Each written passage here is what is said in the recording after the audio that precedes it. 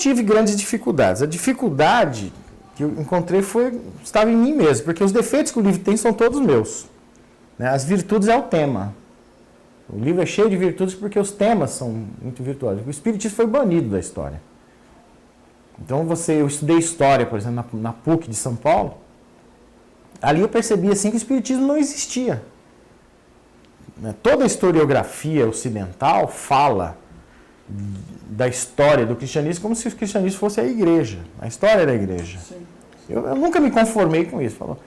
Né? Você falar que o cristianismo é a igreja. Né? Para mim isso sempre foi separado. Né? Então eu achava que alguém deveria fazer essa narrativa diferenciada. Mas eu, né, um simples acadêmico, e o espiritismo não aparecia em nenhuma literatura. Não aparecia de forma alguma. Allan Kardec é um ilustre desconhecido na historiografia ocidental. Ele é uma figura famosa em Paris, mas para os espíritas. Né? Para os espíritas. Então eu achava que aquilo era um absurdo. E o próprio mundo editorial espírita, quando tratava do assunto, tratava assim com uma espécie de autoelogio, né? E eu achava que deveria ser feita uma historiografia comum. Historiografia mostrando que ele foi o fundador do espiritismo. E dar sequência àquele trabalho do Conan Doyle. Primeiro porque ele abordou só a parte fenomenal, e primeiro porque ele parou. Né? Ele estancou ali em 1930, que também desencarnou. Né? Então precisava ter sido feito um trabalho de sequência. Aí você tem que fazer escolhas. Ao desenvolver os temas, você tem que contar a história dos personagens, dos fatos, escolher uma linha historiográfica, né? Que eu gosto muito das mentalidades, como eu já falei para você. Como que a sociedade vê o espiritismo, não como que a academia, os cientistas veem a sociedade. Eu acho que é diferente, né? Então, eu acho que as pessoas que fizeram o espiritismo são grandes líderes de movimentos, grandes pessoas que fizeram, né, revoluções no movimento. É que a cultura, historiográfica, ela é assim, né? Geralmente é de cima para baixo. Né? E marxista, né? O marxismo ele é terrível porque ele criou esse vício de que o mundo funciona pelo motor da economia. Eles só enxergam isso. Então é o mundo do trabalho, né? O mundo do capital e do trabalho. O capital e o trabalho, esses conflitos, esse vício, e o mundo da política. Então não existe história fora do mundo do trabalho, do capital e da política. Então você contar o espiritismo do ponto de vista das mentalidades, dos costumes, né? Falando o que era Paris no século XIX, né? O que é o Flaner. O Walter Benjamin, por exemplo, ele faz uma descrição de Paris no século XIX fantástica, mas que é marginalizada. Ele foi recentemente descoberto pelos historiadores. Né? Então, quem fala melhor de Paris no século XIX, por incrível que pareça, era um guia turístico. No livro Nova História do Espiritismo está lá, 4 páginas de um guia turístico. O que era Paris no século XIX? Era uma cidade cosmopolita, uma cidade de 2 milhões de habitantes. Recebia turistas do mundo inteiro. Né? Então esse era o ambiente que vivia Allan Kardec. Então, precisava falar disso. Né? E os outros livros falavam assim daquela sociedade espírita, aquela coisa fechada, aquela coisa esotérica. Né? Como se fosse uma sessão espírita. Né? E não era. O movimento espírita é um movimento de rua, um movimento de solidariedade, movimento que estava na imprensa. É que não tem gente que pesquisa. Se você colocar 10, 15 historiadores morando na França para pesquisar isso, você vai ver o que vai aparecer de informações sobre o movimento espírita. Está lá. Está lá. Só que nós não temos condições ainda de fazer esse tipo de pesquisa. Então muita gente fica imaginando. Por exemplo, eu imaginei como que foi o enterro de Allan Kardec. Porque não havia documento. Então eu tive que imaginar. Imaginar por gente que não viu. O caso do Humberto de Campos, por exemplo. Mas isso faz parte até do perfil do historiador, né? Ele também tem esse lado. Direito de fazer suas conjecturas. Porque o passado ele não é tão evidente assim como a gente imagina, mesmo você tendo a documentação. Mas eu acho que foi um primeiro passo. Eu acho que as pessoas que forem escrever uma outra história do espiritismo, eles vão ter que partir de onde eu parei, modéstia à parte, porque o livro é incompleto. Tem muitas lacunas ainda que precisam ser preenchidas pela pesquisa.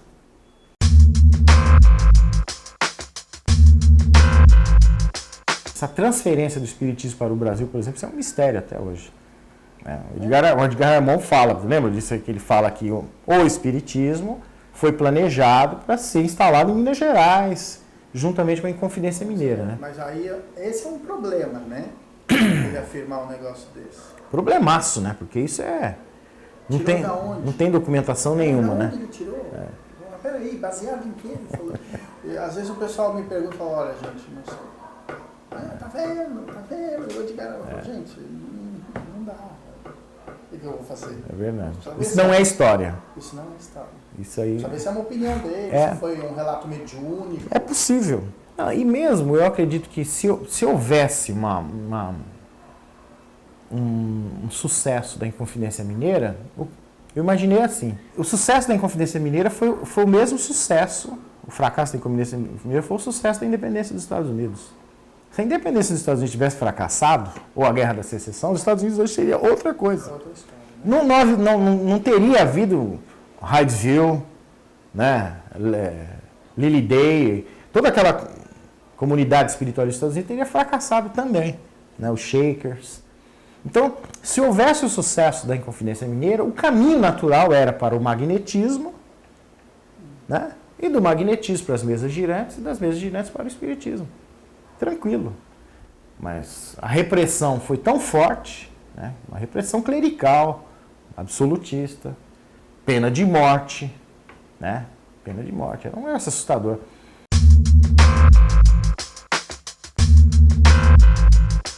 Muitos que querem fazer essa ligação, por exemplo, da pedagogia espírita com Pestalozzi, eu falo, gente, vocês não estão sabendo o que vocês estão falando. Você falar em fenômenos espíritas na época do Pestalozzi é você correr risco de vida. Você podia ser queimado vivo numa fogueira. Não tem lógica isso, né? Defender adora, né? E não tem sentido, né? Tanto é que esse negócio essa ligação do espiritismo com Pestalozzi, com Comenos, via pedagogia espírita, né? Só porque o Allan Kardec foi aluno do Pestalozzi. Não foi o Allan Kardec que foi aluno do Pestalozzi. Quem foi aluno do Allan Kardec foi o Rivail. Então eles não entendem que quando o Allan Kardec vai assistir aquelas reuniões na casa de Madame Planey-Maison, ali então ele deixa de ser. Aí ele entra o processo iniciático dele. Ele rompe com o passado. E aí, isso pegou, hein, de pedagogia espírita? Pegou porque a minha revolta radical não contra a Dora, né, que eu acho ela muito legal, muito inteligente, mas é esse tom, esse modismo, mas eu não aceitei e bati forte mesmo, falei, olha, não tem fundamento, pedagogia espírita para mim é escola de aprendiz do Evangelho. Mas eu falei, então onde está a sua pedagogia espírita? Porque até agora essa ligação histórica não existe. Pestalozzi, espiritismo, isso não existe. Isso é coisa da sua cabeça, da sua imaginação. Falei nos artigos, que até depois eu coloquei na nova história do espiritismo como tendências, né? Não, isso pegou. Pegou. Teve TCC. Pegou. Aqui também, várias alunas.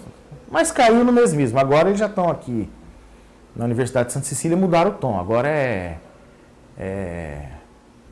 ecumenismo, curas. Eles desviaram um pouco o assunto, porque não tem fundamento, né?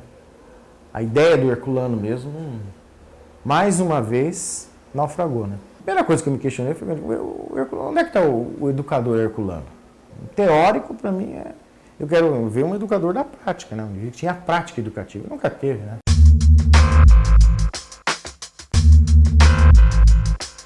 Os protótipos humanos, é um ensaio também.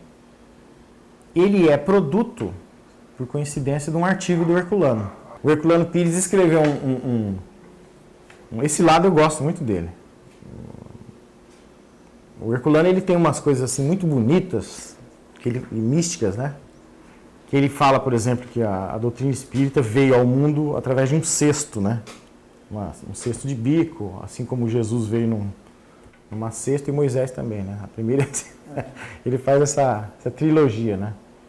E ele escreveu um artigo sobre Chico Xavier na revista Planeta, 1973. E ele abre o artigo dizendo que o Chico é um homem psi. Sim. Um homem psi, um homem da era psicológica, né? E ele justifica esse homem psi como um sétimo homem, um sexto homem. protótipo antropológico. Né? Teve o primeiro, dentro daquela ideia do culturalismo alemão, o homem biológico da pré-história, o homem teológico das civilizações da antiguidade, o homem racional greco-romano, o homem metafísico da Renascença, o homem positivo da Revolução Industrial e o homem psicológico da era, né, científica. E ele põe o Chico como esse... Aí eu estudando aquilo, eu achei fantástico, né, essa narrativa dele, e eu fiz uma associação com a obra do Rogers, do Carl Rogers. O Carl Rogers é um psicólogo humanista que trata muito bem dessa questão da teoria da personalidade, como que o homem se transforma, como que o ser humano se torna pessoa, né? Então ele tem um método, ou a observação de que o homem se transforma em 7 fases. O processo de renovação humana, né, interior, de amadurecimento, se dá em 7 fases. E eu pegando as 7 fases do tornar-se pessoa do Rogers, eu comparei que cada fase dessa se identificava com um protótipo. Né? E fiz essa conjunção. Uma experiência teórica, né? E comecei a aplicar isso em cursos. Eu criei um curso chamado O Sétimo Homem. Em busca do sétimo homem, né? O sétimo ser. No CVV. Então eu ministrava esse curso como um tema solto, né, nos congressos CVV. E a parte prática dos protótipos humanos, o que era? Era os testes do livro do Ney Prieto, né? O Manual Prático do Espírita. E aqueles testes, né,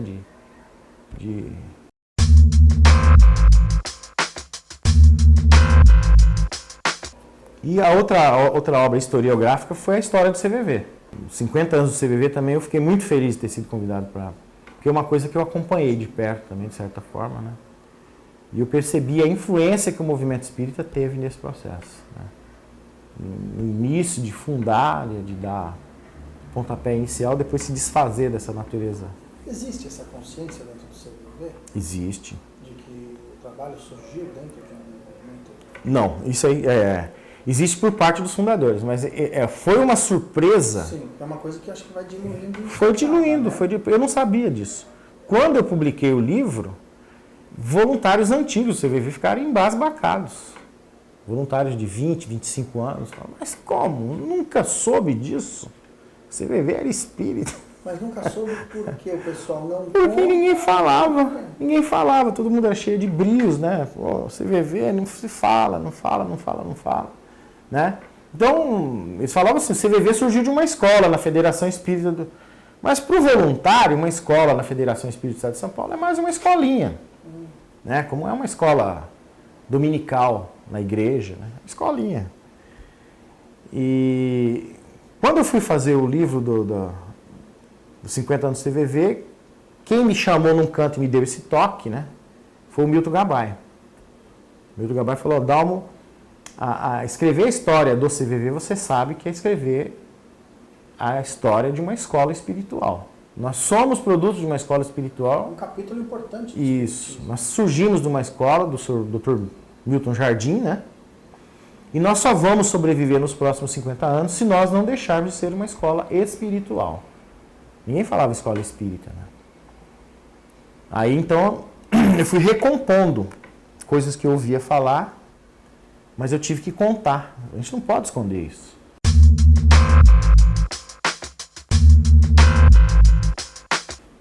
E a iniciativa de criação do CVV foi de um espírito, Francisca Júlia e Batista Cepelos. São 2 suicidas que estão na obra do Chico Xavier. Essa semana eu recebi uma gravação original da comunicação dela através do Chico. A ligação dela com o Jacques, que ela acompanhava o Jacques foi até Uberaba falar com o Chico Xavier. Falou, tem um espírito que te acompanha, que é a Francisca Júlia. E ela disse que você tem um compromisso de fundar o CVV e depois Qual que é a ligação dela? Não se sabe. Ele falou, ela te acompanha. Essa ligação dele com a Francisca Júlia, ele fala assim, muito reservadamente para os espíritos. No CVV esse assunto não existe. Então teria que ser falado. Então no livro eu tive que falar de uma linguagem assim bem indireta, né? Na visão dos fundadores, a visão religiosa deles, Eles tiveram contato com o Chico, depois tiveram contato com a Ivone Pereira. A Ivone por telefone. Né? A Ivone confirmou que eles são produtos dessa colônia. Então isso teria que ser contado. Né? Depois, então, o Jacques, naquela entrevista que ele deu para você, ele confirma que realmente o idealizador do CVV é o comandante Armon. Então eu coloco no livro que a musa inspiradora Francisca Júlia, o fundador é o Jacques, o Flávio, aquele grupo de 14 plantonistas, né? Mas o idealizador foi o comandante Armon. Ele que recortou a matéria falando dos samaritanos em Londres, naquela revista, né? Circulava em São Paulo, colocou no envelope, deu para o Dr. Milton Jardim e falou, olha, entrega para o rapaz. E mandou o bilhetinho lacônico, né? O famoso bilhetinho lacônico. Curioso isso, né? Pegou o negócio do nada e... Então, isso era uma carência, né? Então, o comandante Armon, ele tinha esse lance de líder, ele tinha esse... Mas ele, como médium, que é o que se pouco de fala, grandes movimentos, ele estava em sintonia com essas mudanças, né? E o CVV era um dos projetos que... A fundação de hospitais psiquiátricos, espíritas, etc. Né? Então, depois que nós fomos ficar sabendo que todos os hospitais psiquiátricos foram criados para receber suicidas reencarnados. Né? Então, essas pessoas que a gente vê na rua com problemas mentais graves, abandonados, são pessoas que se mataram, né? E que precisam ser acolhidos pelos espíritas. Né? Porque ninguém compreende isso. Daí a fundação do Hospital Francisca Júlia, né? E de todos os outros. Que, aliás, hoje está um problema seríssimo, né? Porque o Ministério da Saúde tem uma política antimanicomial. Então, eles confundem tudo. Eles misturam todos aqueles que não sabem fazer isso, fazem de qualquer jeito, com aqueles que fazem coisa séria, como o Bairral, o Hospital de Marília, a Francisca Júlia. Eles misturam tudo. Então, de vez em quando, eles têm um baque lá, a gente fica todo perdido, porque depende de recursos, né, governamentais. Falei com o Azamar, não falei com o Jacques, mas a Dona Martinha foi importante. A Dona Martinha, ela também não quis falar nada, né? Ela só me olhou o livro, ela falou, o livro tem um pouco de perturbação, que você é muito polêmico. Você está fazendo esse livro com a intenção de polemizar. Né? Entendi, né? O recado. Por causa da história da aliança. A primeira versão desse livro, eu contei uma história da aliança assim, como um movimento místico, muito do ponto de vista historiográfico. Meio, né? Queria ser neutro, eu fiquei tão neutro que eu fiquei malvado. Né? Tratei muito mal a aliança. Né? Depois eu fui... A fraternidade, né? Eu fui apagando. Falta de maturidade, né? Então eu acho que ela percebeu, porque ela conheceu essa versão. Conheceu não, né? Ela estabeleceu ela submeteu a obra num trabalho mediúnico e ficou essa coisa no ar. Né? Que era uma coisa minha mal resolvida. Né? Aí você foi mexendo. Aí eu fui mexendo na segunda edição, eu fui tirando certas coisas, até do Ramatiz, né? Corrigindo erros que tinha por exemplo, eu falo na primeira edição que a Maison dos Espíritos tinha sido bombardeada e destruída. Ela está intacta lá em Paris até hoje, né? São essas bobeiras.